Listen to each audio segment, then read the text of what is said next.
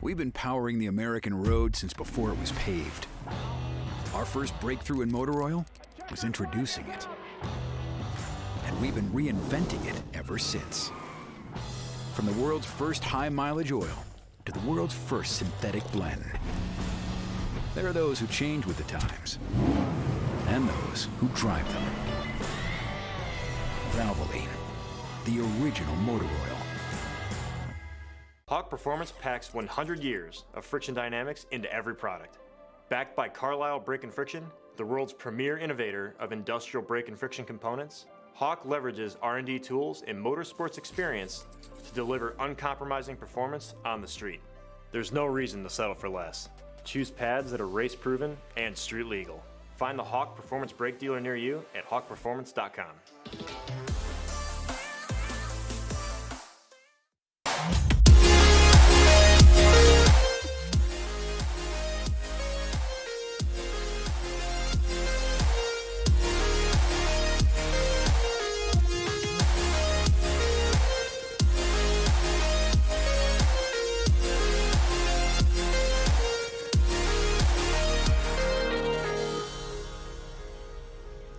Bowling Green, Kentucky's National Corvette Museum was the perfect venue earlier this afternoon for Jeremy Swenson's first ever GRIDLIFE Touring Cup win.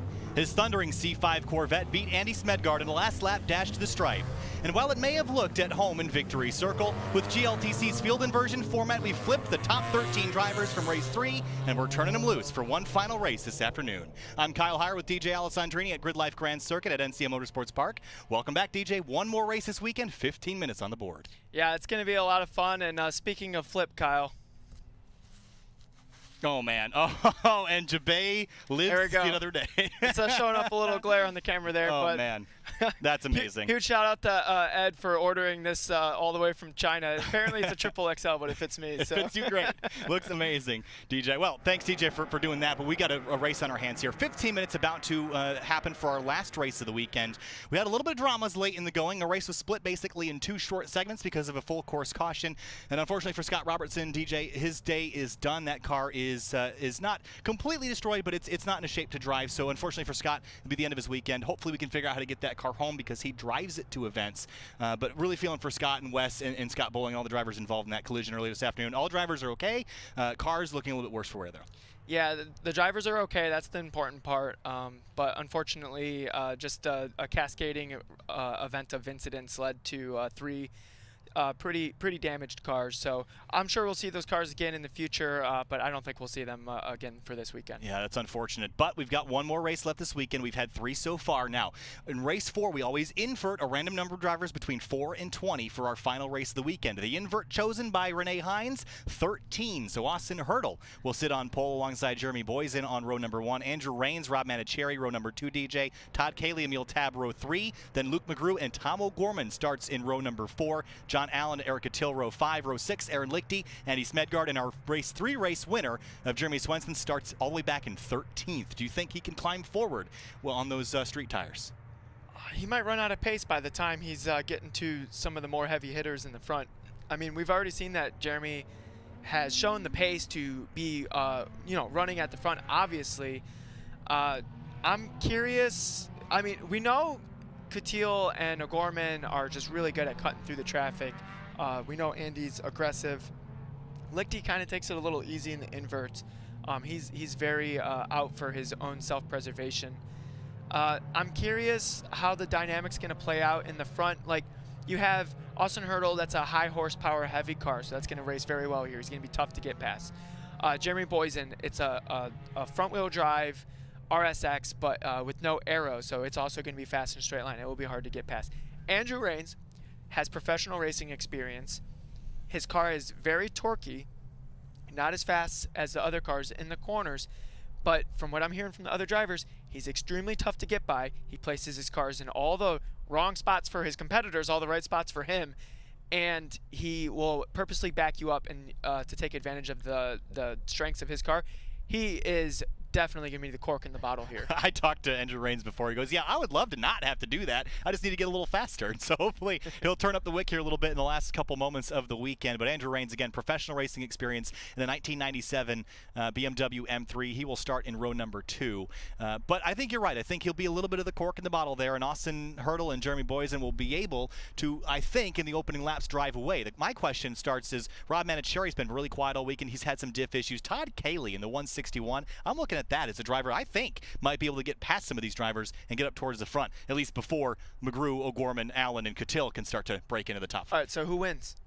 I don't know. We're going to see. 15 minutes. I can't pick one. Prediction? This is going to be the most chaotic race of the weekend. I'm going to pick Emil Tab. I think Emil Tab wins from 6th.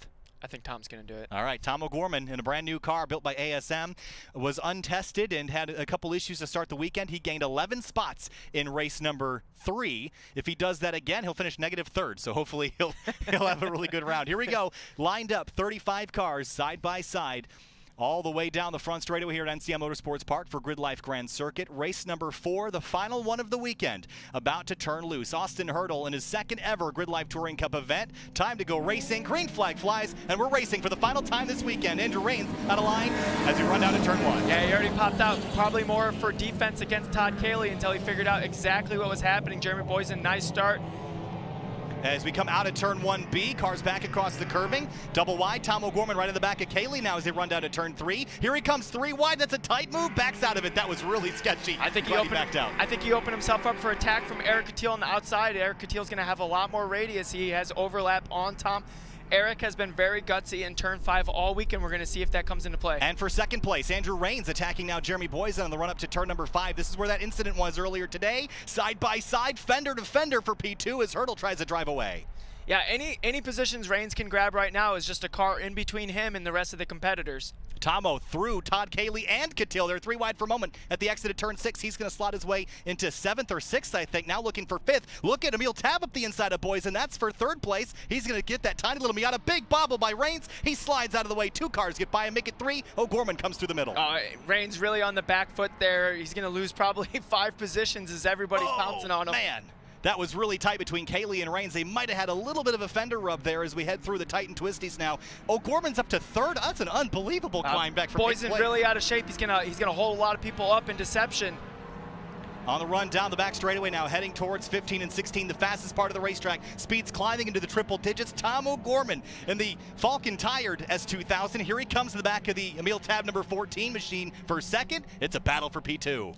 Yeah, it's a battle for P2. Emil's doing good to keep his composure right here. Austin Hurdle getting as much of a gap as he can. Car slow. Sorry to cut you off there, DJ. Is that That is that Andy Smedgaard's car? That looks like Smedgaard, yeah. Oh man, so the winner of the first 2 races of the weekend, he's pulled off. That's not a great spot to be. That's not a great spot. So we could see a full course yellow, but still green for now, as Austin Hurdle has about a 10-car length advantage. But here comes O'Gorman up the outside of sinkhole, trying to grab second from Emil Tab. Now we know there's no grip out there, so he'll probably fall in line as we see right here. But expect O'Gorman. He keeps getting good runs. Huge curb hop for O'Gorman. Keeps getting good runs out of these S's onto the front straight. Here we go, from 8th to 3rd in 1 lap, and coming for more. Catil's all the way over the back of Kaylee now as they head down the front straight. O'Gorman was so pumped after race 3. He was so excited to finally have a car that was working right. And Here he comes for second place down into turn 1A. Tab gives it up, and O'Gorman flies through in the bright yellow ASM S2000.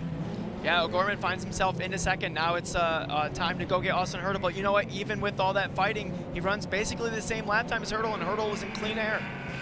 This is such an exciting moment for Tom after months of running subpar. He wanted to finally find some time. This is our HP Tuners Track Addict leaderboard here. Look at the speed, climbing over 90, 100 miles an hour on the run to turn 5. Tomo out of Mason, Ohio. Look at this, 105, 109, 112. Let's see what his min speed is to turn 5. Wow, 113 miles an hour. About 109 was his min speed in turn 5. That is cruising, man. Man, I love this Track Addict attack dash here as Tomo into second place. This is a great car to be focusing on here for this event as he climbs on through. He's got a lot of experience at this racetrack in time trial competition, but has never wheel raced here until this weekend. And look at him clawing his way towards the front. Austin Hurdle better be looking in that mirror. And you know, thank you to HP Tuners for giving us this unique, cool look into this. You know, his predicted lap time being a 15.2 right now. That's 4 seconds faster than the leader last time. Right, and Austin did have clean air last time around. So we're going to see Tom, big curb hop and deception. The car's looking great.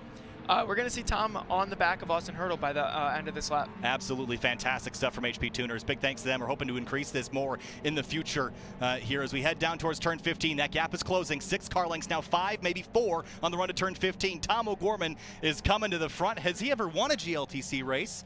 I don't think he ever has. His best finish is 3rd. He came, no, I think he got 2nd once at Road America. He was in Chris Tuttle's Corvette. But he got DQ'd for that because the car was underweight. Oh, yeah, because they didn't put extra weight in for Tom. So he has never won a GLTC race. Full course caution now. Caution is out for the Andy Smedgaard ASM S2000 in the turn 15 area, and or I guess it's a little bit before that, but full course yellow here as the field slows down. Now this is exactly what I think Tom needs, because we know he's quicker than the drivers behind him. He's also a little quicker than Hurdle, and he's going to restart right on the rear bumper. But look who's in the fight now. Eric Catil's up in 5th. Yeah, I honestly, I think this is a blessing for Eric because it's going to bunch everybody back up. Let's see, we have Austin Hurdle, Tom O'Gorman, Emil Tab.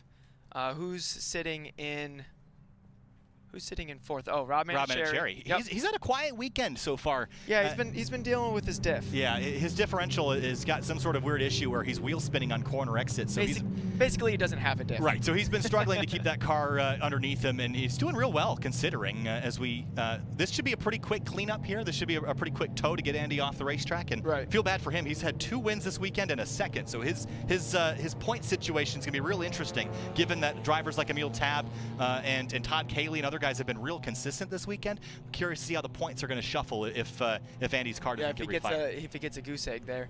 I mean, nobody's ever gotten a perfect weekend in GLTC yet. Aaron Lichty once.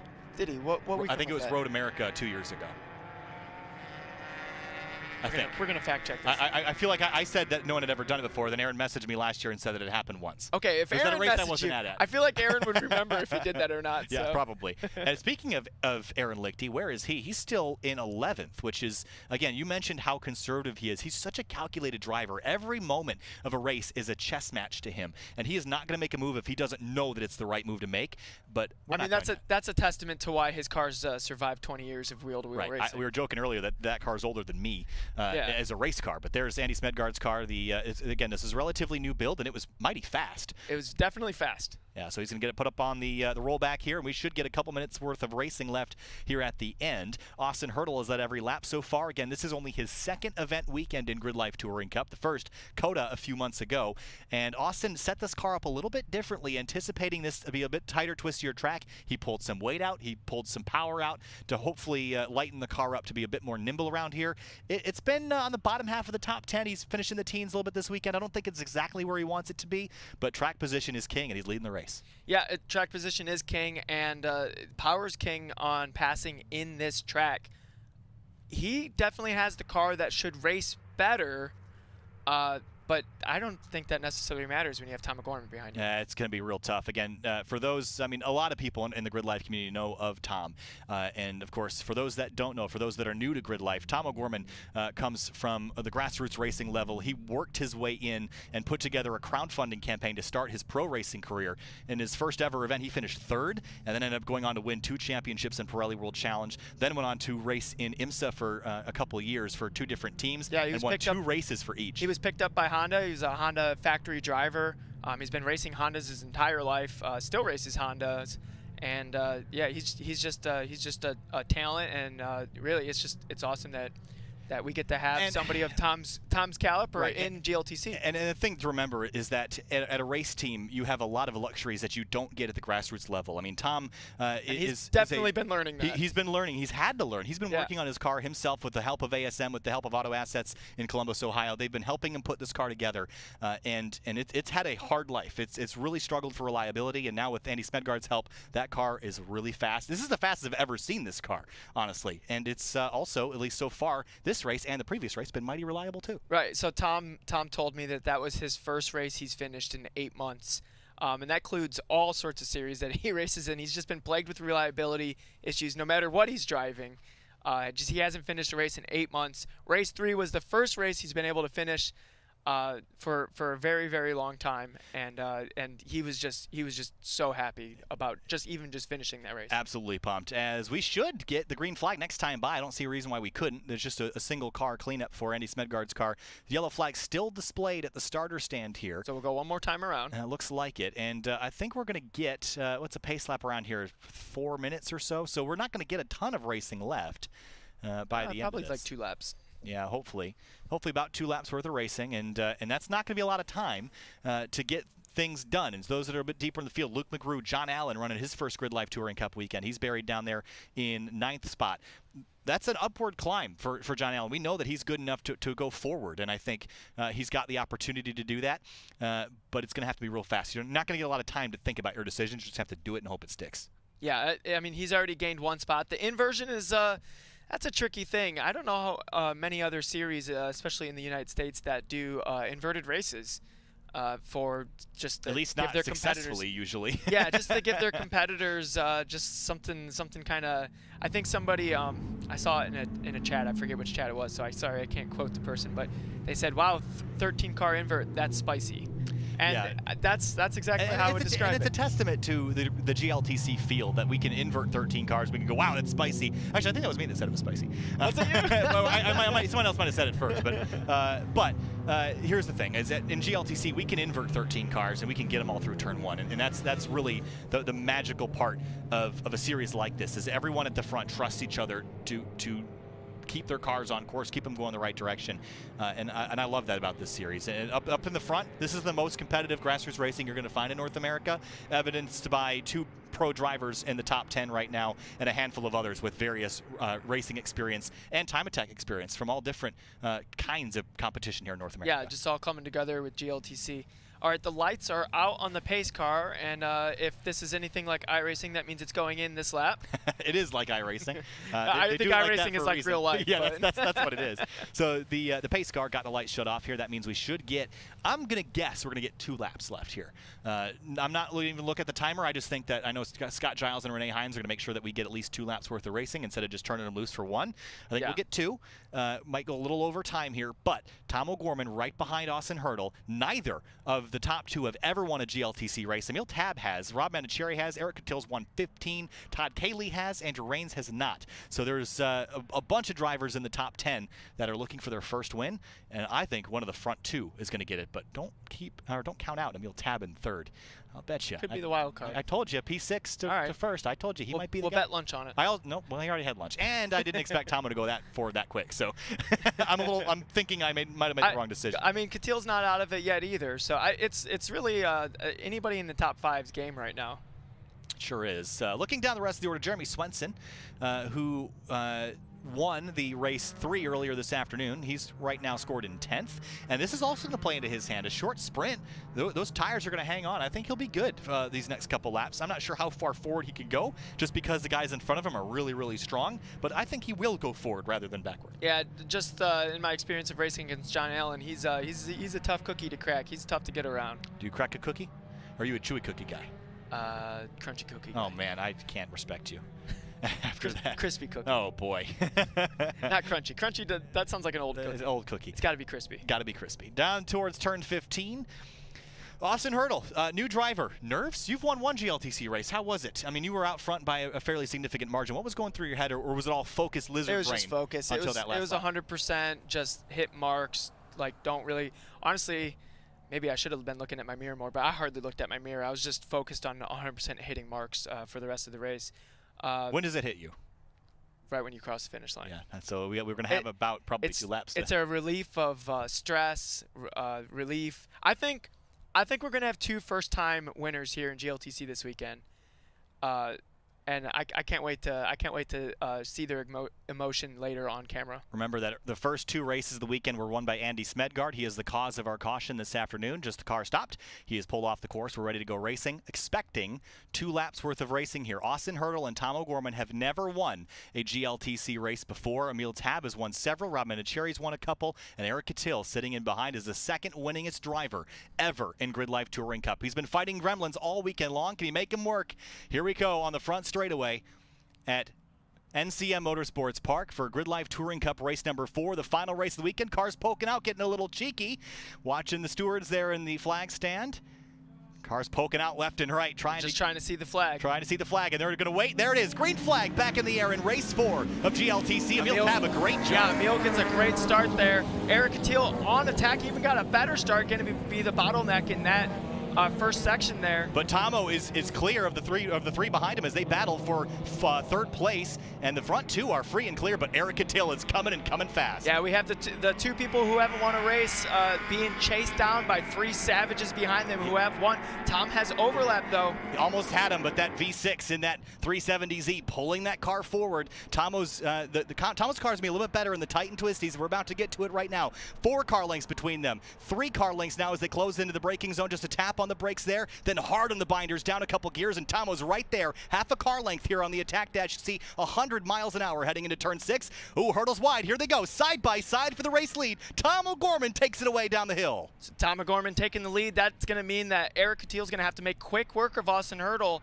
He's going to be coming under severe attack there. Looking at the HP Tuners attack dash. The Track Addict attack dash down the hill. Watch the speed climb. Triple digits, almost now down the slowest corner on the racetrack, down to 73, 54, 37. Now back up through the gears, well into the triple digits on the run down to turn 15, and he's going to be ringing that new K24 powered S2000 all the way to Redline to try to escape the 2nd winningest driver in GLTC. That's Catil looking right, looking left on Austin Hurdle for 2nd. I think Catil just did 2 corners, literally with his bumper smushed to Austin Hurdle there.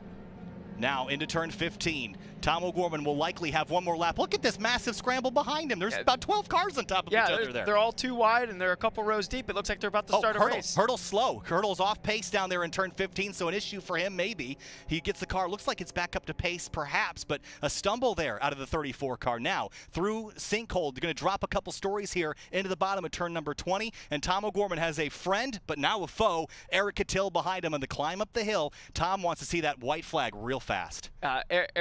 Eric's been struggling with pace all weekend, but Eric always manages to find the pace when he needs to.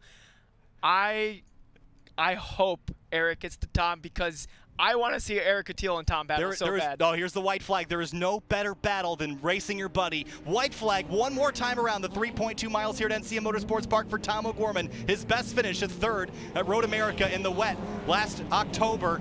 He is charging through turn 1B and trying to run away from Eric Catil in 2nd place. Emil Tab 3rd. Manicheri and Cayley 4th and 5th. Austin Hurdle drops to 6th with a slip. And Jeremy Swenson up 4 spots into 10th. Yeah, it's just great pace from everybody. How's Jeremy Swenson doing? Has he found more spots? Up to P10, up 4. Yeah, found 4 spots in a very difficult track to pass people on. So kudos to Jeremy. Man, Tom is stretching this out. Look at this gap. He went a full 1.5 seconds faster than Eric Catil last time by. Tom is he's looking like this is going to be real decisive here. Jeremy might be looking to win the points of the weekend since Andy Smedgaard had issues. Well, also Jeremy had issues in the first race too. First race. So it's gonna be real tight between those two. I'm curious how the points are gonna play out. Yeah, it's gonna shuffle and be really interesting here. But look at the gap growing now. The yellow S2000, that of Tom O'Gorman through the tightest corner on the racetrack. Eric Cattell behind him. Both of these drivers grew up in Ohio. They spend a lot of time together, work on cars together. They've offered support, both driver support and technical support to each other over the years, and to see them running first and second, this is so fun. But there is so much happening behind him as well here, DJ. This is the bread and butter of GLTC, is the mid-pack stuff, and look at these guys scrapping for positions. Yeah, this is a great battle. I'm trying to figure out who this is. Is that John Allen and Andrew Rains? It sure looks like it. Rains out front in the gray BMW. John Allen in the black Miata right behind him. But through the last couple of corners, Tom O'Gorman is going to enter turn number 18. One more drop down the famous sinkhole here at the National Corvette Museum, and he's got 3 corners left. Tom O'Gorman, look at their battle behind him. Rains is wide. Here comes John Allen up the inside of turn 18. That's going to be real tight for position as they battle behind him. The climb out of the hill. One more time to the stripe, and Tom O'Gorman out of Mason, Ohio, the number 94 ASM Falken tire sponsored S2000 for the first time in GLTC. Tom O'Gorman gets it done. That's a feel-good story for the weekend. I know. Wow. I know Tom, and he's probably crying like a baby in the car right now. I'm going to cry like a baby. God, all the just so much adversity for Tom. Good for him. He needed that so bad. Yeah. Eric Cattell second, Tab third, Rob Manicherry, great battles behind him for position. Drag races all over the place. Rains comes home 10th, Lick Deep, Boysen, Jensen, Chris Adams, and Eric Meadows. But this is a special moment. Yeah, they're waving hands at each other, and they're just having a great time. This is what GLTC is all about. It's about building friendships and then going out there and partying on track together. Tom has won races at Sebring and Daytona, but I don't think there's a more special win than this one today. This might be one of his more specials. We'll have to ask him later. A crystal clear trophy made out of glass and gold is a fun one to win, but something like this after 2 years of maybe the hardest years of Tom's life, this is going to mean so much to him. And that's the magic of GLTC, is the grassroots level, the grit and determination that these guys have to build their cars, put them together week in and week out, even when things are going 100% the wrong direction, to stick it out, build it, and spend time with your buddies making success. This is what GLTC is about. Yeah, Tom's going to need new brights on his headlights. He's been flashing them so much. He's still he needs the party mode on the headlights. And let me tell you something. If this car is always this fast, he's going to be flashing those headlights a whole lot more in the future. I mean, think about all the drivers in this series. Cattell's won more wins than he's got fingers to count, but for Tom, it's just one.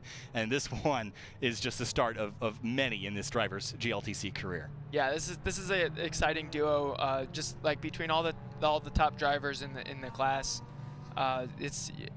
Anybody can win at any given moment, and that's just exciting to watch as a fan. It's exciting as a racer. Man, that makes me feel good. How about the other drivers that we saw in this battle? The Rob Manicherry, well, for all the struggles he had this weekend, he finished exactly where he started. What a drive by him to hang on to a car that was misbehaving all weekend. Yeah, when you're driving with basically an open diff and your car's not set up for that, it's diabolically loose. So honestly, like Robert Manicherry putting a whole race, multiple races together with minimal mistakes, like great drive from Rob. Hopefully you get your gremlins figured out so you're full pace again in the upcoming races. Big shout out to Joshua Rubenstein, Craig Moulton, and Marcus Luttrell, as well as Brad Kosaba, all up 4 positions or more in that race, so good climbs for them. Eric Meadows dropped down the order a little bit, didn't quite catch what happened. Austin Hurdle, still not sure what happened to him, but he slid down the order. But checkered flag is out, and we're going to go back and celebrate with Tom and crew. Wow, that was spectacular, a feel-good story. After race 3, we had some dramas out there in turn 5, DJ, with a multi-car accident. Still feel for Scott Robertson and Scott Bowling and those that had their cars a little bit messed up. But DJ, let's go over this weekend. Wow, we had 2 first-time winners in the series, Jeremy Swenson and Tom O'Gorman. We also had Andy Smedgaard crush everybody the first 2 races, then drop off in performance the last 2. So I think he'll be better and stronger next round, but final thoughts on the weekend here. I think the BOP had something to do with Smedgaard, and then obviously he had his reliability issues in that last race. So it would have been fun to see how many cars he can move through. Yeah, my thoughts are the racing for the most part, especially in the front, was was real clean, and it looked hard fought. Kudos to the new guys who kept their car clean and had a good time out this weekend.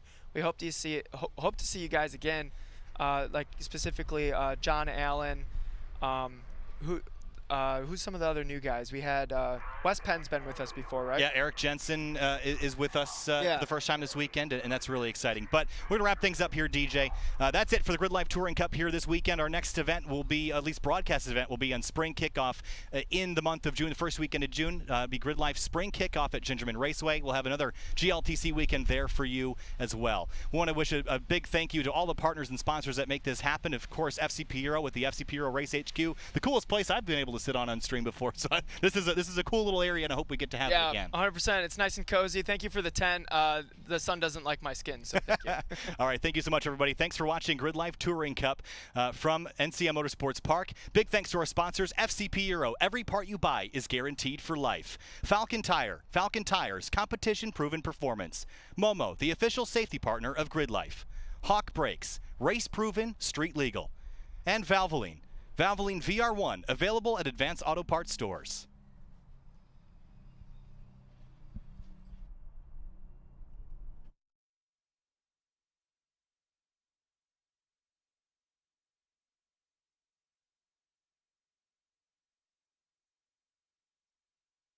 Hey, we still on this weekend for a little? You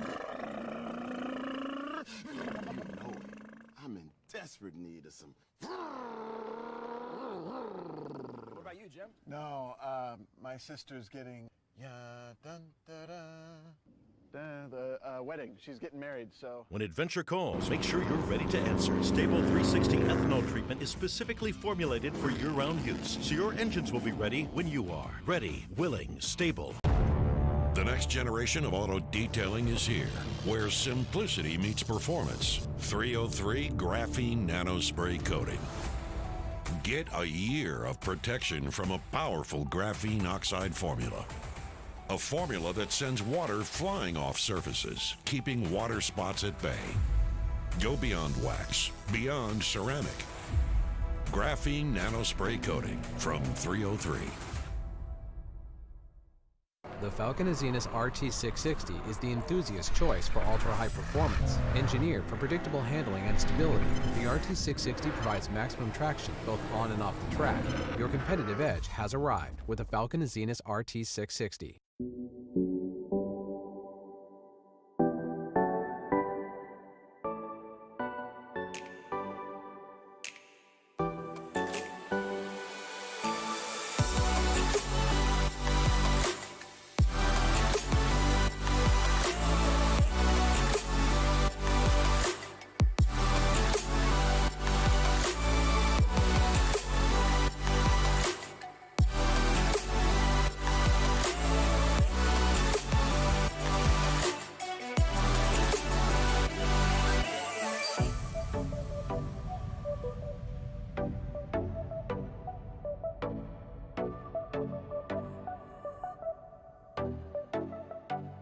Welcome back to GRIDLIFE Live for Heat 6 of the Track Battle Time Attack here at NCM Motorsports Park. This is the final session, the final competition session of the day. I'm Abe Schmucker, and I'm here with my co-host Adam Nielsen, and we're doing final broadcast production from NCM Motorsports Park this afternoon. Yeah, walking over here, I saw a lot of the cars we're really looking forward to seeing in Run Group A gridding up. So these guys aren't just calling it quits and going home early. Absolutely. So we've got a little bit of cloud cover right now, and it feels like maybe the track has cooled off just a tiny bit. The temperatures have dropped a little bit. Making things attractive for some of those drivers looking to get that last bit of time. As long as the rain holds off, it seems like it might, it kind of looks, I don't like the look, but as long as that rain holds off, we might have conditions for some really good laps. So I talked with Jackie Ding right before the last session here, and he was kind of on the fence on whether or not he would go out. He's part of a team, and he's got a number of other cars that they're looking to try and place higher up on the finishing order. So we'll see if he actually took the chance to go back out or not. Well, his closest competition, Alex Moss, you see on screen right there. He's out there, and I'm sure he's hungry for it. So absolutely, and Alex was able to improve just a bit in the morning session today. Yep. We'll see if he's able to get it all together by the end. So there's a car I've been kind of looking forward to seeing all day, and haven't seen much from them. A Shelby GT500, which an insane piece of track equipment. Yeah, absolutely. And, you know, it ran, I believe, the first 2 sessions yesterday, but then we haven't really seen since then. So there's 2 of them here. So I'm curious to see if this unlimited car can increase the overall best time from Jackie's PB from earlier today. Yeah, so is this just like a slick tired car that's the only difference from the factory car that's putting it unlimited, or is there something about this car I don't know? I can't say. Okay. The hood was open when I walked by, and it looked like a GT500 to me. Well, I mean, you can't really do much underneath the hood that's going to knock you into unlimited these days. That's true. You know, at worst, you're a track mod car at that point. But so. I think it's a challenging car all the same, because it is a bit heavy.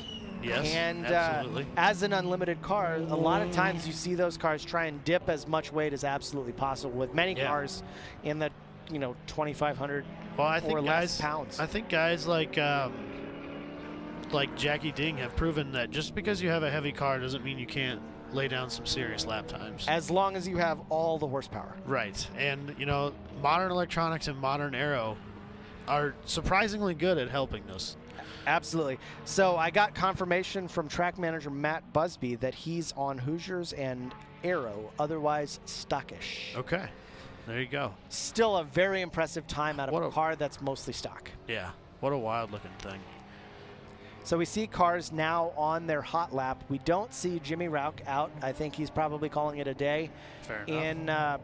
He ran, I think, a 2:08, which is a solidly fast time in a GT2 RS. Yeah, absolutely. Jackie's not out here. Luca's coming through here in just a minute. Another car that I'm looking to see if they improve is Team Twitch. Oh, look at 2:06.8. that. Wow. Oh, man. That is a smoking time. It's banging. Yeah. For really pretty impressive. minimal laps this weekend, that is seriously fast. Alex Moss, 2:11. No improvement there for him. Certainly see what not happens enough. when Adam Ulrich rolls through. Grant Walker, 2:12. Ulrich, 2:21. So off pace there for him. Significantly off pace. I wonder if you got caught in a little traffic or maybe a bobble in the 2:14 corner for Twitch. somewhere.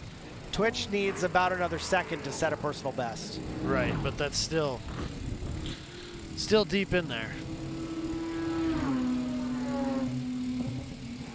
So we see Josh Halka rolling through 2:15.7. That's, I think, pretty close to his personal Yeah, best. it's right up in there. It's certainly a fast time. And I know that Tom O'Gorman drove that car a couple of weeks ago, and the car has a couple more seconds left in it. So I know That's so that wild to Halka's think just about. chasing that lap that Tom had done.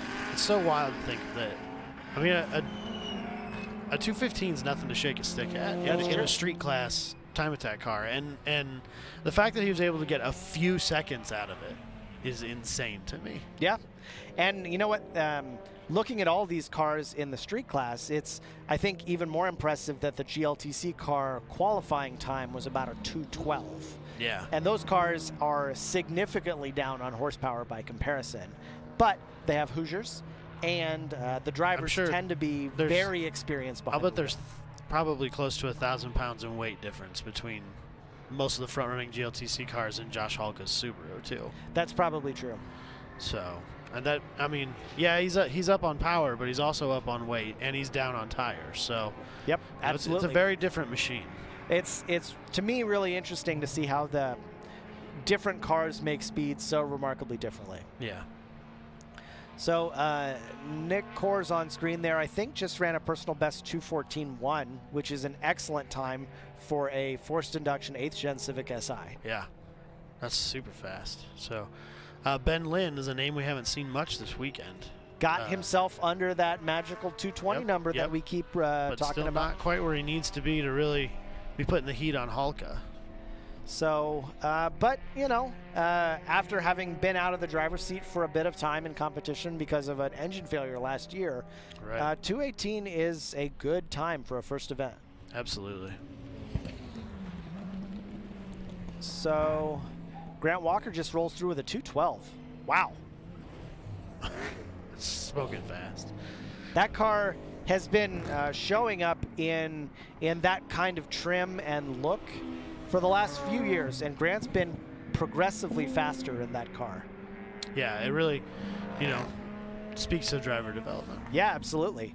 And practically it started out as like mostly car with a driver kind of growing into it, but I think we're really seeing his development as a driver here. 212 is quick. Yeah, super cool.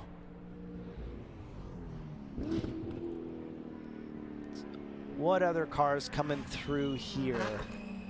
So Adam Ulrich not through again, or maybe took the lap off to cool down.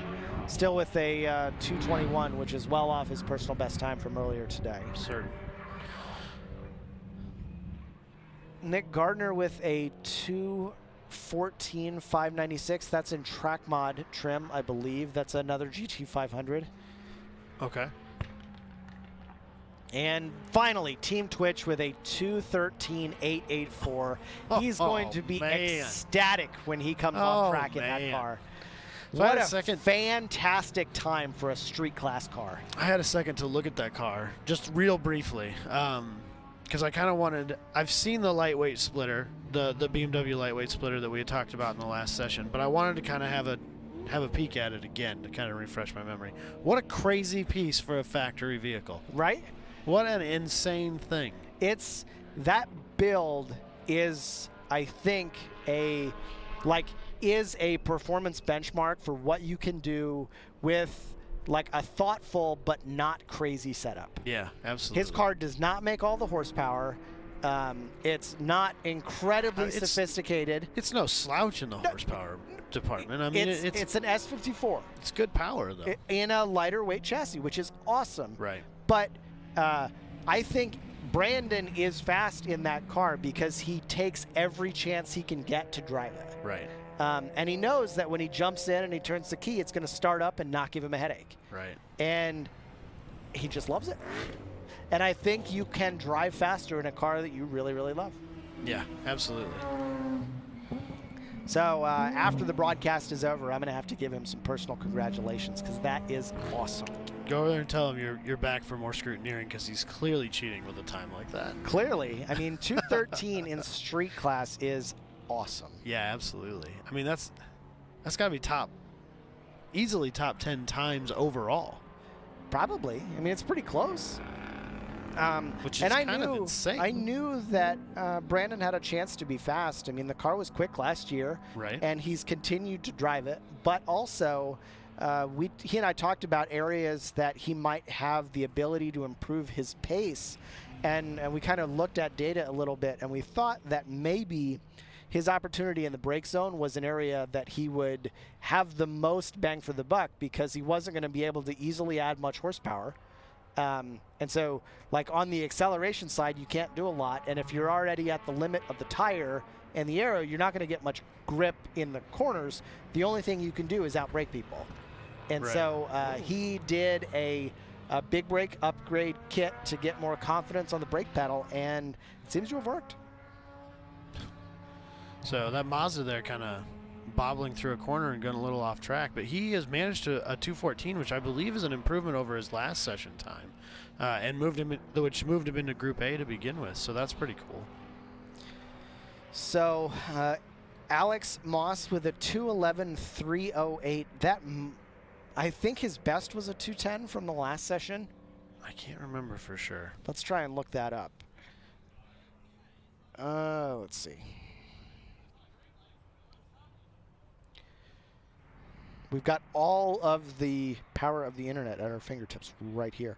Alex Moss' best time was a 210.968, so no improvement for him. I'm sure he's going to be a little bit disappointed by that finish, but that is a great first competition event for that car and that setup. Yeah, I hope that mechanically all the transmission bits are fine and that they got the information that they needed to have a successful one lap of America next month. Do you know if anything's changed under the hood of that car from previous years, or is that really still kind of the same engine and turbo setup? Stock K24 setup with a turbo bolted onto it. I think they are going to a higher potential motor once the transmission is perfect. Okay. So I'm sure he makes a ton of power, but I think he might be a little down on the class, on the pointy end of that class. Absolutely true. I think he's right around 450. Right.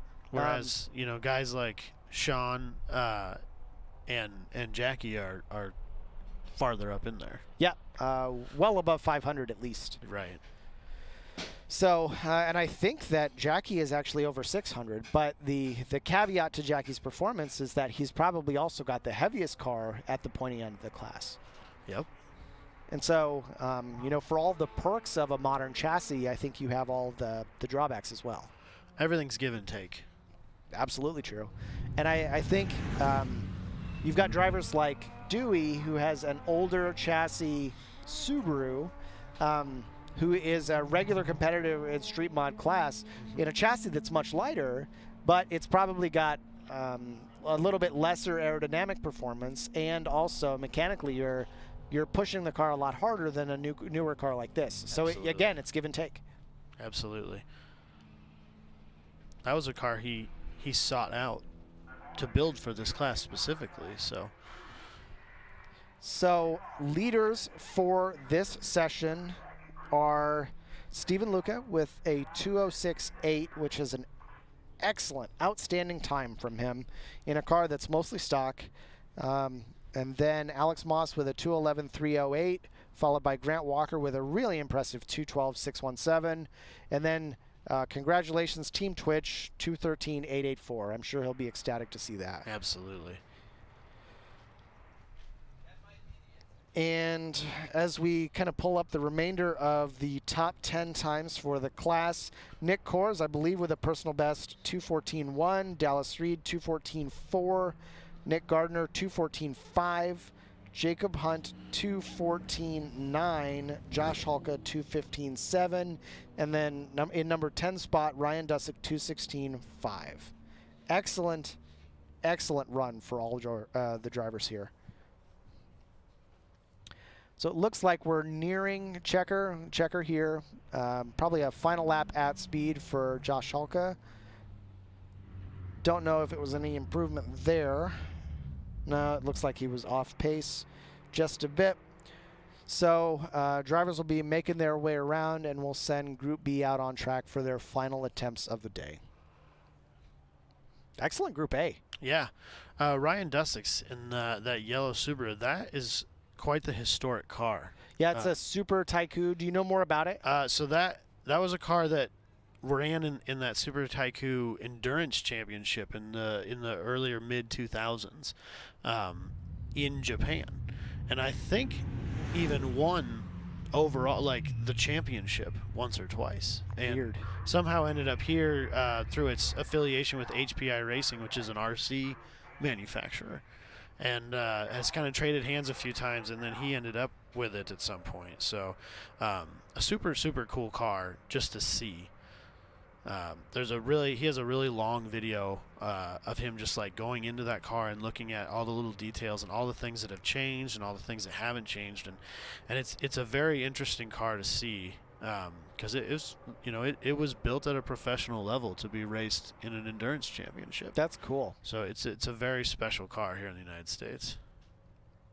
So one other driver we haven't talked about too much is Graham Gaylord, who's driving the number 39 Street GT Class C8 Corvette, which is a development car for him and Jeremy Boyson's business, Paragon Performance. And they've done a lot of work in rapid order in that growing that brand and becoming a parts producer for C8 Corvettes. Very cool.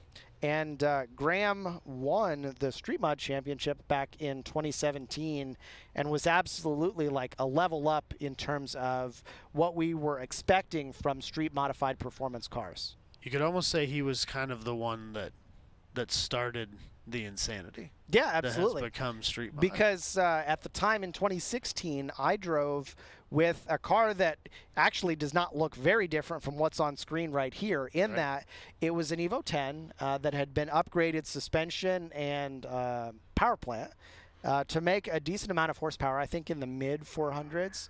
But Graham was the first person to show up with any kind of aero on the car, even though it was off-the-shelf kit. Showed up with aero and a built motor and real healthy power, lots of horsepower in a setup that was like thoughtful and sorted, and like the fuel system was really smart, and like all the bits just really worked on his car. And one of the things that I really admired about his setup was that it worked and it was reliable for him. Graham has really built a name building high horsepower Subarus of all disciplines. You know, a friend of mine local to Des Moines has a drag racing one that's set some levels of records in the past as well, and you know, it's a little bit different, but that knowledge is still crosses over. You know, he's getting more and more into like the standalone ECU work, and really built his brand on tuning these Subaru cars. And there's plenty of business around here at GRIDLIFE because the Subaru is a very popular car here. Yeah, it's a very popular platform these days with tuning. So looks like leading the group here is Drew Turner in his Club TR Spec Def Motion S2000. I don't think we really saw much of him in the last session. Yeah, I think he's running right around 220, 221, so a little bit off from Jackie Dink's pace. But this is his shot. See if he can get it. Absolutely. Couple more Civic Type Rs in this field. I wonder if Patrick Doherty will be able to improve here. I think his personal best is a 220. Take a look at that and double check. I know it was a 220. I don't know. 220-0. Okay. Right. So looks like, you know, obviously that's a pretty substantial, you know, separation from Twitch with a 213. Right. But Patrick's car is mostly stock and it's below the tire limitations. Certainly not built to the limits of the class. Absolutely not. But a really impressive time out of a mostly stock Civic Type R. Absolutely. Such a cool car. They're very polarizing. Some people just can't stand them. I think they're cool in the fact that they're a little bit ridiculous. I like them for that reason. Right. Yeah. I saw some renderings of the 11th gen, and it's more subdued like the Golf R is. Okay. But sometimes I don't want to be subdued. Yeah. If I'm going to buy something silly and fast, I want it to be a little bit ridiculous on the outside. Yeah, because I'm like, that's what I right. I mean, I guess in that case, you kind of want to scream, look at me a little bit. I can understand why people don't want to, but I guess I don't really care. Well, I mean, the car's cool. Yeah, it's fun to kind of for all be of the grab. polarizing opinion, the amazing thing about 10th gen Type Rs right now is that they're hard to buy new because you can't find them, and the resale value on them is extraordinary because, well, it turns out people just like them. Yeah, yeah. This day and age, it seems like any fast, fun car has a resale value that's at or higher than its MSRP. Yeah. So it's a strange world we live in that respect. Yeah. It's not for the faint of heart, I don't Almost think. a disappointing reality, honestly. Especially if you're a car person on a very tight budget. Yeah, as I am, so. Looks like Drew rolling past start finish here to take a start of a hot lap. He's got lots and lots of experience here, so I'll be interested to know if he has enough to dip into the 219s. It's a long ways from where he's at now, so. It's a very good-looking car. It's neat, for sure. It's very clean. He's taken that car around a bit as well. We did some events. Summit Point, I guess it was probably 2 years ago now. Yeah, that was feels like forever ago. That was 2019. Drew's been kind of affiliated with us and hanging out and doing stuff, and has his own organization that's pretty cool and does a lot of stuff here at NCM. Yeah. That is PhD racing driver Mary Valdez in that Civic Type R in the Acuity livery, which I think looks great. Yeah. I've been seeing more and more cars with that livery on them. So I believe there's one in GLTC even. I think that's true. So I believe that that car is co-owned by Ryan Finch. I think that's their endurance car. Oh, really? I think that's right. Okay. Tire Rack Brad. It's our kind of slip angle resident hot shoe. He's always up for driving something. Make you feel a little inadequate, lesser in your own car. So I took my Civic to Barber in January, and Brad co-drove with me, and was able to best my own time by a couple of seconds, seemingly without even trying, which was a disappointment. It's really frustrating, but he's got a lot of track time. Like, well, he spends a lot of time. And there's something to be said. I took that not as like an assault, or I wasn't embarrassed. Finch is a very good driver, and I looked at that and I was like, well, like I could modify this car to increase my own pace, but that would increase his pace as well. Right. So I'm not actually getting better as much as the car's just getting marginally faster. So I want to take the opportunity to get to be a better driver to hopefully close that gap. Right. So 221 for him as well. Again, only 219.6. Great job, Patrick. Oh man, flying for a relatively stock car. That's really fast. Really fast. That's almost on pace with Jackie Ding's Civic hatch with a SI swap. Right. That's his been Club built TR. for Club TR. What's interesting is I had a chance to look closer at the Club TR Civic that Jackie has been driving, and right now it looks like it has mostly like Civic Type R exterior bits on it, which means that there's potential room for change on the aero side of the car on the exterior. But in talking with him about it, he said, well, it was his experience or impression that aero does a lot for helping you have confidence in areas of the track where you feel like you need it. But him driving that car, he said he felt confident practically everywhere. Right. And so he wasn't sure if aero would help him very much. It might help him on a couple of high-speed corners, but it might slow him down on the straights. Right. Yeah. It seems to be a more and more popular approach in GLTC to try and make slippery cars and use less aero to accomplish what you're trying to accomplish. And in power-limited classes like Club TR, that might be a real strategy. Yep. Have just enough aero performance on the car to be able to do what you want to do. To be confident. And not take the conventional time attack strategy where more downforce is always better. All the aero. Is that like a mint green S2000? It is. It's some sort of mint green, yes. It's a very strange color. I can't tell if I like it. I don't like green colors in general. I'm not a green car guy. I'm more of a blue car kind of guy. I like yellow. Well, we talked like about this. a lot. Like too much. But I also like white cars. White is weird because sometimes it really, really works and sometimes it's not that interesting. Yeah, that's probably true. Evos in white always look good. Okay. And I think a Civic Type R in white is pretty good. Well, Civics have a history with white. It's true. So I think that plays into it a little bit. Well, there's like that Formula One heritage where you have national color, right?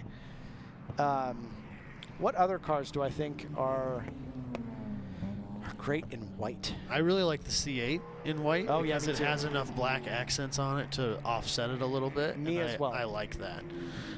But like older Corvettes, I'm not as big a fan because they're too much white and there's not enough accent coloring and it just doesn't work as well to me. See, conversely, I think silver cars are tricky.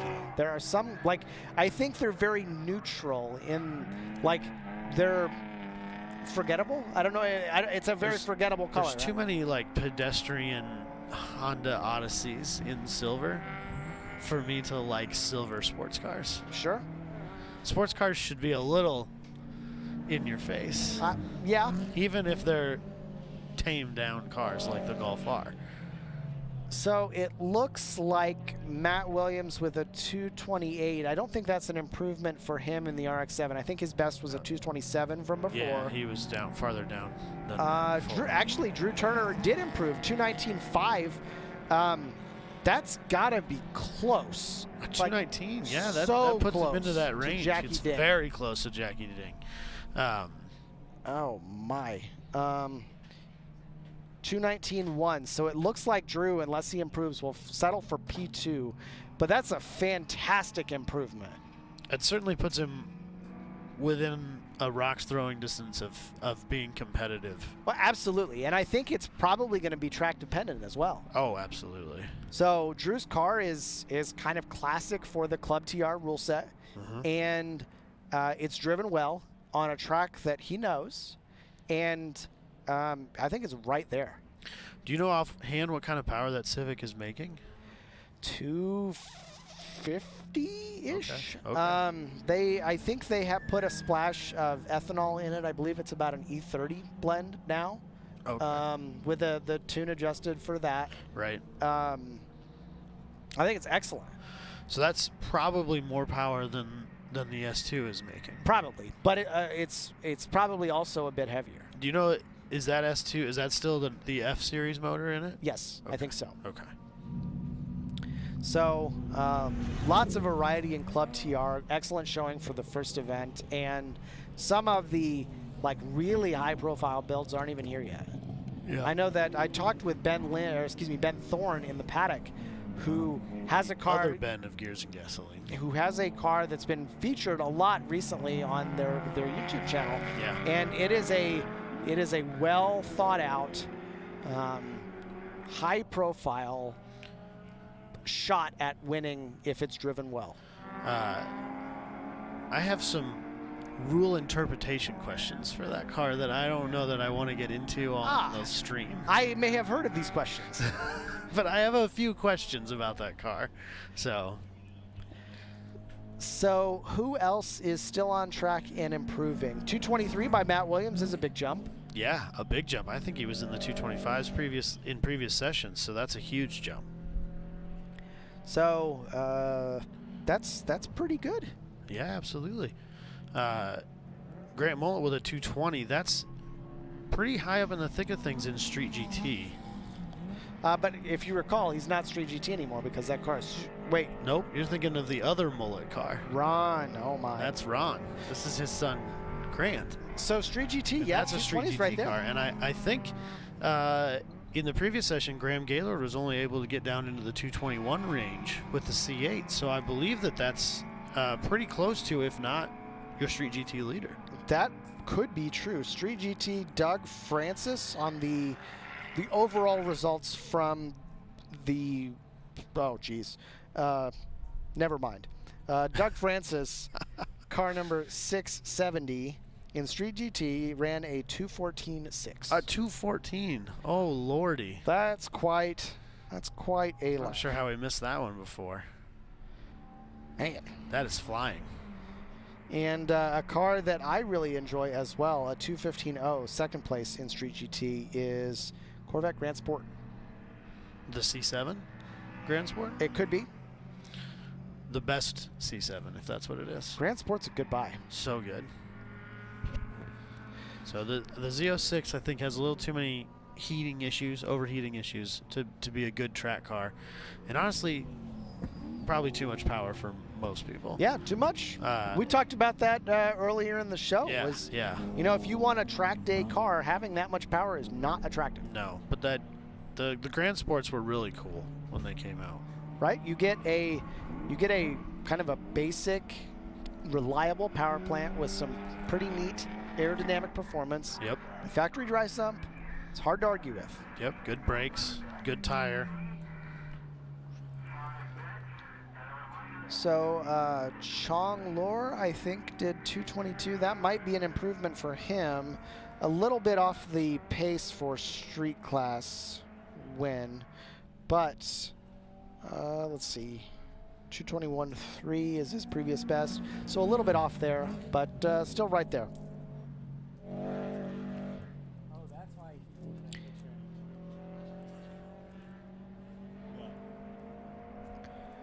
So we're following Grant Mullet a little bit here. Still running fast. I mean, 220 is right there for Street GT. Yeah, it's still a good time, no doubt. It's always fun to see like father and son come out and do stuff. Or yeah, unfortunately, I didn't really get to see the track mod car much this weekend. A big build coming into a new season must have had some teething issues, and we really didn't get to see the car on track as much as I would have hoped. Another car that we don't see a whole lot of in Time Attack is, this is a Focus RS. Yep. Which you don't really see like as many STs as I would have thought either, you know. The Focus or the Fiesta were such popular autocross cars, and they were really dominant in some of those classes, but they never seemed to really make the transition to track. Yep, Finch brought one a couple years back. And that ended very poorly. He got first place. Well, okay, fine. You're not wrong. But there was an incident, and he recently just sold that car, so congratulations on no longer having that one. I many times looked at that car and thought, man, it's a good buy. Yeah. If you want to build a race car. That's true. But you and I were talking before about how hard it was to sell a neon endurance car. Yeah. There's some price points in some markets that are just tricky. Yeah, and you know, desirability of the car plays into it a lot. Even if it's a really good buy, if it's just not a car that people are interested in, it's hard to sell. Yep.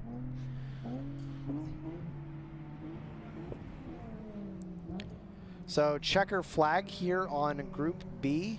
Few drivers improving. Drew Turner for one, absolutely, with a 2:18.8. Wait, no, he did it. Oh, look at that! Congratulations to Drew Turner. Man, 2:18.868 second, going seconds. Yeah, faster. He was in the 221 range. Man, he must have been really pushing. He was out there the whole session. He had a mission, and he was going to get there. That is awesome. Congratulations to Drew. That is amazing. A very quick time for Club. Yeah, it's kind of an opportunity lost. The track must be just about perfect right now. It must be. It's just, I mean, the cloud cover has got to be helpful for that. I imagine. And it's a good, reasonable temperature. Not too hot, not too cold. That is amazing that he could stay out the fast. entire session and get that done. It's not often you see times fall right at the end of a session in GRIDLIFE. Well, I think it caught us off guard. Yeah, absolutely. And Patrick Daugherty improving there as well, 2:19.651. Grant Mullet, 2:20.501. And number of cars going fast that session. Yeah. Shane Duncan, 2:20.796. Richard Cho, 2:21.631. Mary Valdez with a 2:21.638. And then Jacob Bodenauer with a 2:22.385. Chong Lor with a 2:22.445. And Ken DeVries with a 2:23.312, rounding out the top 10. Fantastic event for all of these drivers who have improved throughout the weekend. So do you think we're going to see NCM on the calendar moving forward? I hope so. Is this a regular event now? I mean, this is a great place to drive. It is a great place to drive. We've gotten great support from being here, and we have we love apparently the track's working easy to work with. Yeah. And I'll be honest, I don't think that the concerns that people had about sound were founded. I think that it's manageable. Yeah, absolutely. I'm sure there's a few cars here and there that may have struggled with it a bit, but it's really not that big a deal. 103 is pretty loud, honestly. It's pretty loud. I think people think it's quieter than it is. Yeah, probably. So there were a handful of cars that failed it, but it was a remarkably lower number than some other sanctioning bodies have dealt with in the past. And the staff are remarkably effective at making cars compliant. Yeah. They're here to help, right. And they want cars to be on track and have it not be an issue. Yeah. Super cool of them to be as helpful as they are with it. So it looks like we've got Time Attack C rolling out here in just a minute, rolling out of the false grid. I think I can hear them rolling up into the main grid here in a minute. But you see an excellent shot on the right side of the screen of the front straight, followed by 1A and 1B. And interesting in this case that the fast line is just kind of straight lining those two as much as you can. Yeah. And not too much in the way of enforcement of track limits here, so just try and go fast. That is a really aggressive chicane. It is. And I think those folks who are willing to jump it can get the benefit, but I don't know how many times you can do that before things start to fail. Yeah, I guess you just have to decide if you're okay with running the risk of bending a shock or something like that, you know? I mean, hopefully you got strong control arms and things. Yeah. So the dome there for the National Corvette Museum, that's where the sinkhole is. Is that right? Yeah, that inside of that dome. They have a window on the floor that you can look down and see the cave below you. Is that right? Yeah. How deep is this sinkhole? Apparently it's 40 feet to the bottom. That's right. It's Time Attack's Group C rolling out on track right now. I've never been to the museum. I figure I should probably go. Like I said, it's worth 30 minutes to someone who's not like a die-hard Corvette guy. Okay. You know, we kind of wanted, there's a few of the race cars, which is really what we were after, sure. essentially, you know. But there's a few of those cars, and it was cool to kind of see the sinkhole and learn the story. I mean, the museum really embraced that situation. I mean, it was in the news, right? It's a huge bit deal. of pop culture. Yeah. They really embraced it. There's a whole area about what happened and how it formed, and it's fascinating to me that cave existed underneath that building and nobody knew about it. It's weird because it's been there. I mean, they talk about this cave's been forming for 225 million years or whatever the number was. Like, it wasn't like a sinkhole opened up underneath that. It was there, and it's incredible to me. The geography in this area must be. The cave was like, man, strange. I was here first. Yeah. I'm gonna eat these cars. The windows you can look down are actually on a door, and you can open them. I mean, it's locked, obviously, but I would kill for the opportunity to go down there. I think it'd be so cool. You like both high highs and low lows? That just sounds fascinating to me. I don't know. No way. It's super cool. Now I remember a few cars were damaged. Yeah, at that time. Some of them were they those fixed, cars? some of them they didn't, and they're all on display still. Okay, cool. So you can see them all either in restored condition or in the condition they came back out of. Which was like covered in mud, right? Yeah, there's one that it got smashed lengthwise, right? So it like landed on its side, and then another car fell on top of it, I think, or maybe some of the concrete from the floor or something like that. But it's I don't know. It can't be more than 2.5 foot wide now. Weird. Whereas it was, a full car width. It's a C4. Weird. And it's just flattened like a pancake. It's incredible the damage that car sustained. Weird. So car number 148 just rolled by start finish, making all kinds of good noise. That's Barry Ehrenschwender. Really like that last name. Fun to say. It's a lot of consonants right in a row. It's true. It's true. So we've got the production team multitasking here. That means that Adam and I are unsupervised. Which is kind of terrifying. The last session of the day, drivers again trying to put down their best. Father Hulka out on track, and as is Peter Zhang and Neru Chetty. And I think Neru is in a new to him car, or at least it looks new, because I think his old car was purple, and this one is black. I think I saw it. Do you know if that's true? I don't know. It was like your area, right? Don't you know everybody from Iowa? You'd think I do. It's a bigger state than you think it is. There's more people there than you think. I guess. So, and sometimes it's hard to keep track of people's selling and buying habits. I don't know what to tell you. So, also, Joseph King, who was absolutely wheeling the Festiva yesterday. Yes, absolutely. We haven't seen him on track much on the broadcast, but it is fun to see a Festiva three-wheeling around the track. I talked to him for a while last night, and he was kind of talking about, to get this car competitive, like in Sunday Cup, I've got to swap an engine that only makes 80 horsepower, and I'm just like, oh my gosh, that's so funny to me. The thought of losing power, you know, to 80 horsepower because the car with him in it only weighs like 1,900 pounds. Jeez. And so in order to meet the 25-to-1 power to weight ratio, he really has to cut the power.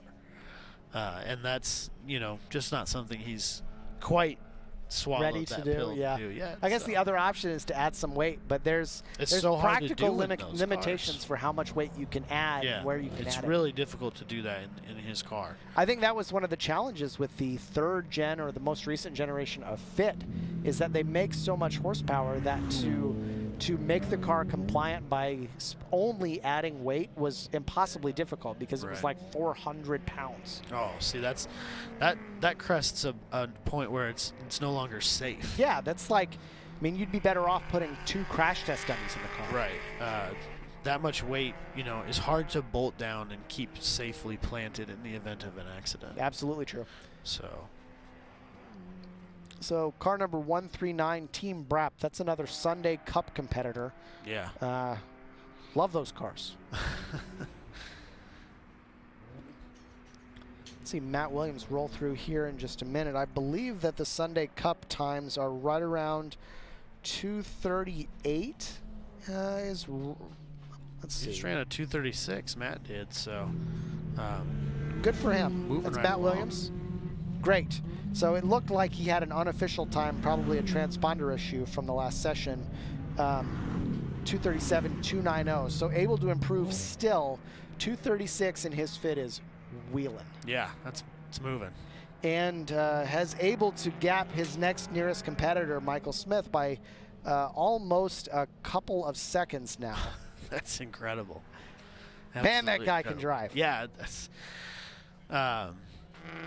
putting that much time on your competition in that class is a real feat.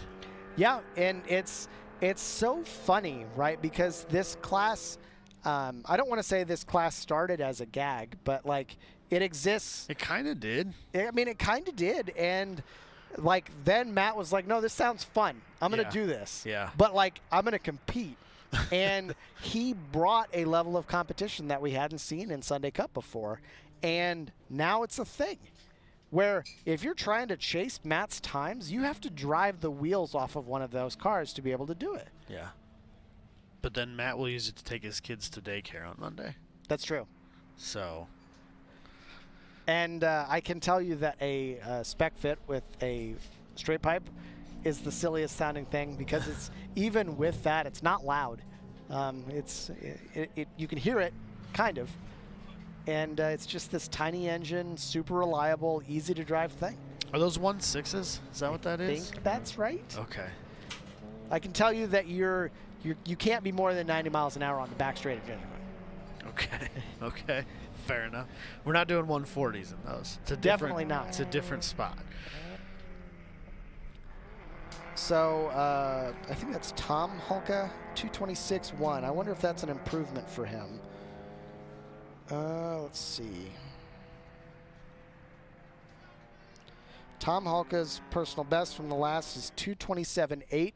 So that looks like a substantial improvement, about 1.6 seconds over his PB from the last session. That's awesome, seeing him get more comfortable out there and just getting faster. Yeah, the weather playing to these people who stick around for that last session. Yeah, thank God too. It was real touch and go there. I swear I felt a sprinkle or two earlier today. Absolutely. Like over the lunch break. And, yeah, I mean, it was just kind of like a cloud rolling through here or there. It didn't really look like it was going to rain substantially, but maybe it was just enough. It's kind of like PPIR where it's like, it might rain today, but it might not. And you don't have any way of knowing until it happens. Being at Pikes Peak or in that area is very strange because like storms coming around the mountain is just a thing that happens. And it's like a finger snap when it shows up and when it disappears. Yeah. So, couple of other cars on track. Let's see. Joseph King, did he improve 233, 197? Yes, he did. Awesome. Improved by about a second. Awesome. Wow. Congratulations to Joseph. And Peter Zhang, who's driving a BRZ for this event, 232.4. Is that an improvement? So I'm kind of looking up things here. Thanks for filling the dead space for me there, Adam. Sorry, man. I'm sorry. It's hard to do. I don't know if that's an improvement for him or not. It looks in Club TR, Peter Zhang's running a 2:29.8, so a little bit off there for him. Looks like we're about 10 minutes in, not too many cars left on track. A few drivers probably just taking some cool down laps here. A couple of fits out there having some fun. Yeah. Did you take any ride-alongs this weekend? I did not get in a car. I brought my stuff, but I didn't even get in a car. You didn't bring your car either, did you? I didn't. Have you procured a towing solution? I have a dolly. I bought a dolly from Matt Williams last year. Right. I and remember that it's now. excellent. But we've got track day picnic coming up, and I will undoubtedly drive at Blackhawk because it is my favorite place to drive. Okay. So I've basically been talked into that at this point. Yeah, it's excellent. In a very short period of time, I went from I'm not sure to you're going. Like, okay, fine, I guess I'm going. So I think I can do that one without taking time off, which is that'll work really choice well for me. Just kind of show up late on Friday and make it a thing. I might even roll in early Saturday. Yeah, that would work. I've done that at Autobahn before as well. And typically we do kind of an unofficial standing start time attack event there. I mean, they call it standing start autocross, and it's one of the few places that I know that just does that. That's an absolute thing that they do. And if my memory is right, Andy Smedegaard is the kind of constant lap record holder for that track in his A Chassis Evo 9 from forever ago. Right. Because, well, Andy's really fast. Yeah, and so was that car. And if I recall, I think the standing record is like a 2:11 or a 2:12. I mean, it's properly fast. What? I don't even know. Or excuse me, a 1:11 or a 1:12. Okay. I don't even know what times are for that kind of track. Like anything under a 1:17 is going pretty good for a flying lap. For a flying start. Yeah. Yeah. Okay, that's fair. I'm gonna try and find this standing start record. That's hilarious. Blackhawk. So another S2000 rolling around on track. One of his first events ever was PPIR, I think maybe last year. That white S2000 there. And he's moved, it seemed to he really had the bug bite at that event, so. Telling you, man, it's an easy thing to become really excited about. It's addicting in ways that you can't explain to people who haven't done it.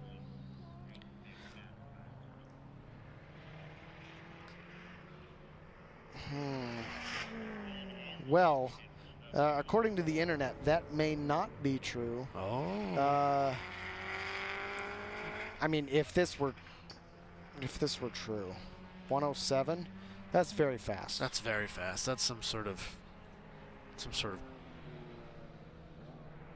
prototype-like car, isn't it? It says, and I can't get the page to load, so it's hard to verify. It says that an SCCA GT1 Corvette, 107. Okay, it's a very serious piece of machinery. It is. It's a proper bit of kit. Yeah, for sure. So, who else on track improving here? Peter Zhang able to take a little bit of time off for his best from the session, but no improvement overall for him. And Tom Hulken with a 2:26.1, like we said before, is a PB by a large margin compared to his previous session. So it seems the fuel pump we swapped between time attack sessions was not the solution to my friend Ryan's Club TR car. What a tough break. He battled all weekend to try and get into the thick of it. Yeah. He's like, I'm certain there's a 19 in that car. If I could just go out there and run it without any trouble. Yeah. And it's so frustrating because that's right where he needed to be. Yep. So I think he's still going home with a podium finish, which is incredible. But it's funny because it's still disappointing. Yep, it's absolutely true. Because even if he was still third, but he put on his best showing, that would feel better. Absolutely true. Because it's so frustrating. It's always a real downer to know that, well, you didn't have the right equipment to do what you knew you could do. Yeah, and he even took it to an event last weekend as kind of a test session, and it didn't go well. He found a couple of problems. He thought he fixed them, and clearly he didn't. The map sensor on his car was reading boost, despite it being a naturally aspirated car. Well, that's not what you want. We found some wiring issues, and we're hoping that we had taken care of those. And so he's going to have to dive deeper into that car and see if he can figure it out, which is really frustrating because... Well, I mean, you know what my answer to this conundrum is. Well, he's more of a do-it-yourself guy. Well, I mean, I get that, but folks like ASM can do it faster and better and cheaper than you can. I don't know if he can do it cheaper. Well, I mean you know how expensive it is to come to an event and not get it to work the way you want? But we thought we had it sorted, so is what it is. Tough break, but checker flag now out on track. Congratulations to all the drivers and everyone who made this production possible. We want to thank every one of the sponsors who help us produce this awesome event. First and foremost, we want to thank Falken Tire. Falken Tires, competition proven performance. By 303 Performance, premium protectants and cleaners exceeding expectations since 1980. By STA-BIL, ready, winning, stable. And by Forgestar, official wheel partner of GRIDLIFE Time Attack. And finally by HP Tuners, performance at your fingertips. So that's wrapping up here at GRIDLIFE at NCM Motorsports Park. Awesome weekend. Setting some new records. Not only, obviously for GRIDLIFE, but even for the track, a new 200 treadwear overall record for the track, which is super impressive. Great to get the first event of the year under our belts. Yeah, now we have a little bit of a break. We've got Track Day Picnic coming up next month, and then we'll have our Midwest Spring Kickoff at Gingerman Raceway in June, which will likely bring out a lot of the really serious competition because a Gingerman opportunity is one that people don't usually miss. Yeah, Gingerman's kind of turned into the Midwest Tsukuba of Time Attack. It appears that way. So, but any final thoughts before we wrap up? Thank you to everybody that helped put this together. What an incredible event. What an incredible live stream. Incredible driving. Can't beat it. So that'll conclude the broadcast for today. Thank you all for watching. And this is Abram Schmucker signing out for GRIDLIFE Live.